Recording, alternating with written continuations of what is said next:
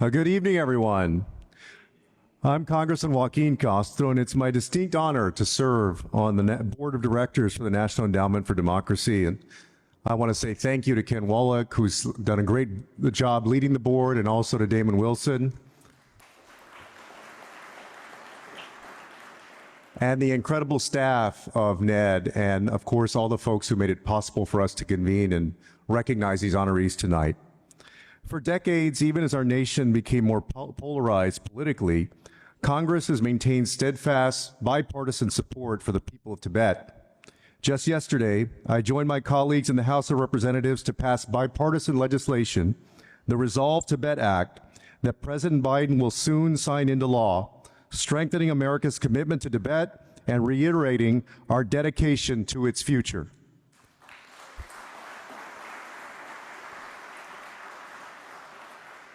As you know, the Tibetan people have a long and proud history, deeply rooted to the historical lands of Tibet.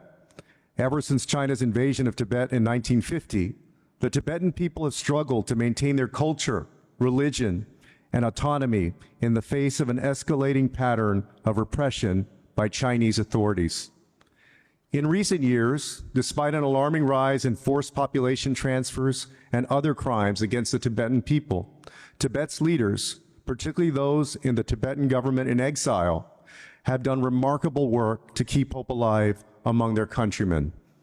In 2021, the election of Sikyong Penpa saw 77% turnout, a number that, quite honestly, we're jealous of here in the United States. It was the highest turnout in the history of the government in exile and a powerful sign of the yearning for democracy within Tibet. Since taking office, Sikyong Penpa has worked to counter Chinese influence and mobilize Tibet's allies to speak up against the suppression of cultural identity within Tibet. In recognition of those efforts, it's my honor to present the 2024 Democracy Service Medal to Sikyong Penpa Tsering on behalf of the National Endowment for Democracy. Sikyong Penpa, please join us on stage. Sikyong Penpa Tsering is the second democratically elected head of the Central Tibetan Administration. He has dedicated his life to fighting for the rights of the Tibetan people and safeguarding the culture of Tibet as a civil society leader and speaker of the Tibetan Parliament in exile. Since his election as Sikyong in 2021, he has worked to strengthen the CTA's governance, advocated for the Tibetan people with world leaders, and raised concerns about policies restricting Tibetans' rights and culture. He has also worked tirelessly to secure the release of Tibetan political prisoners and pursue dialogue with the Chinese government. Sikyong Penpa Tsering represents the aspirations of the Tibetan democracy movement, which serves as an inspiration for oppressed peoples everywhere who are seeking freedom and dignity.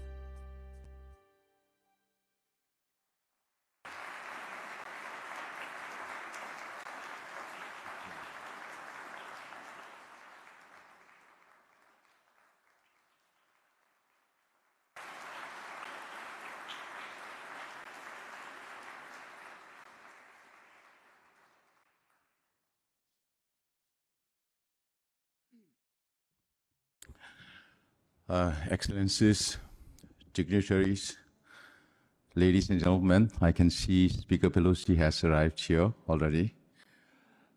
I want to thank the NED board members, past leader Carl Gushman, who has worked very closely with the Tibetans for many years in his 30+ years of career here at NED, and the present leader, Damon Wilson, and his team for honoring us with this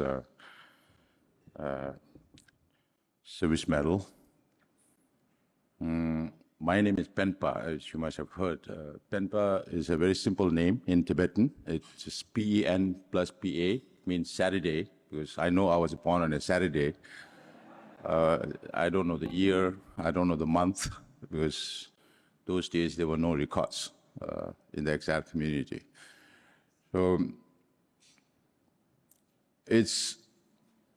I also want to congratulate all the honorees that the NED honored tonight, and over the years they have been honoring. I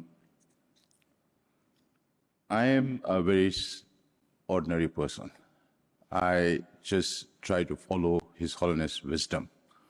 Whatever we have today, we owe it to His Holiness the Dalai Lama. He is the architect, he is the spirit behind everything that we are now or what we have today.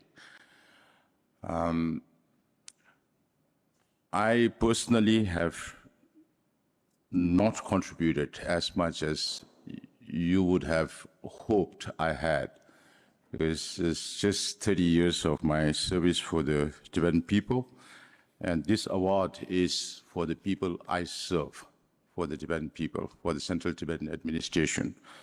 I just want to inform you that perhaps we are the only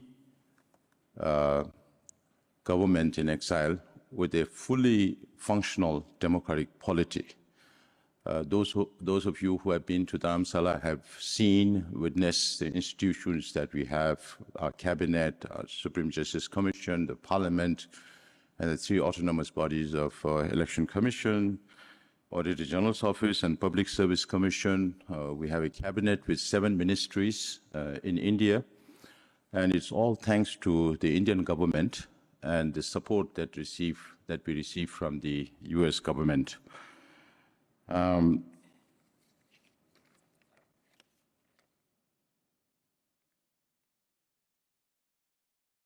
situation inside Tibet, as you have seen from Tibet Action Institute's activities, points towards cultural genocide inside Tibet. Because China, when the whole world is moving towards multiculturalism, China is the only country that's moving towards uniculturalism at the expense of identities of all the nationalities inside China, whether it's the Mongols or the Uyghurs or the Tibetans. Our Hong Kong friends are also here. Taiwan is also suffering because of China. So what is going on inside Tibet and what Tibet Action Institute has reported is one part of what is happening inside Tibet, the colonial-style boarding schools. There are many, many other issues. What you take it for granted in the United States and other countries in the free world does not exist in Tibet. You just take a picture of His Holiness the Dalai Lama and you go to jail for 3 years at least. So that is the level of control and restriction that's happening inside Tibet. And I have been traveling around the world, telling the story of Tibet, what is happening inside Tibet. And I also tell the international community that if you repeat the statement that Tibet is part of PRC, you're going against international law, because whether it's happening to Ukraine today or whether it happened to Tibet 70 years ago, it was the same international law. And I also tell countries that on the one hand, they say Tibet is part of PRC, and on the other hand, they say, we support negotiations between Representative His Holiness Dalai Lama and the Chinese government. And I tell them, you are removing the very ground for negotiations. When every country admits that Tibet is part of PRC, then where is the reason for China to come and talk to us? Then I also ask governments, why do you think China is asking other countries to say Tibet, only Tibet is part of PRC? That is because the Chinese government knows that they have no legitimacy of their rule in Tibet. And that is why they are trying to seek that legitimacy from the international community.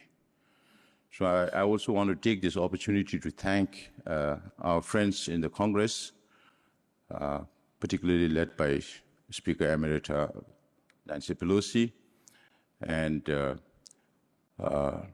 Honorable Representative Castro also mentioned about the Tibet Resolve Act, which is meant to promote negotiation and resolve the Sino-Tibet conflict.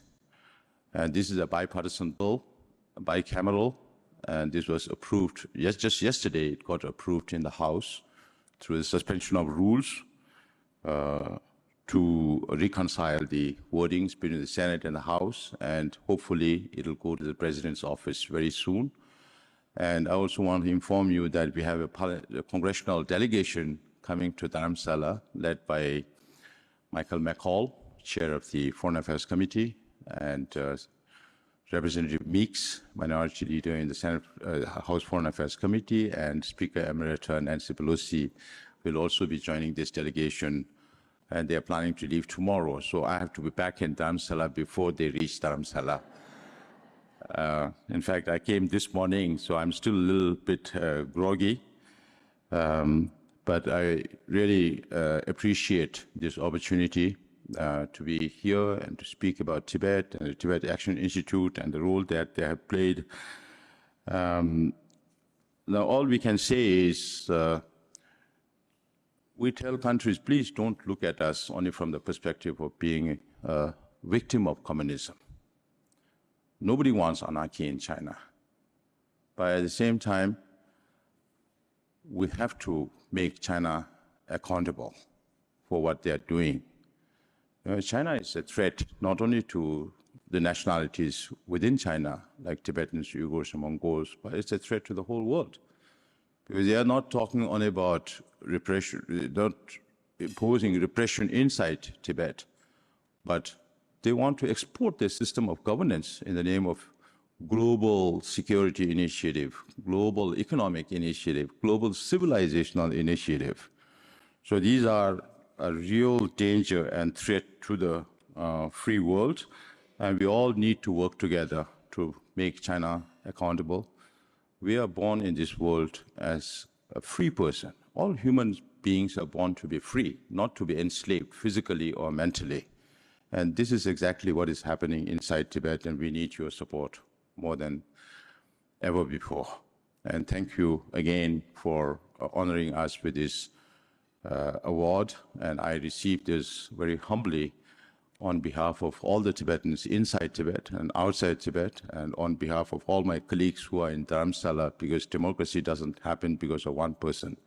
It happens because of everybody. Thank you very much.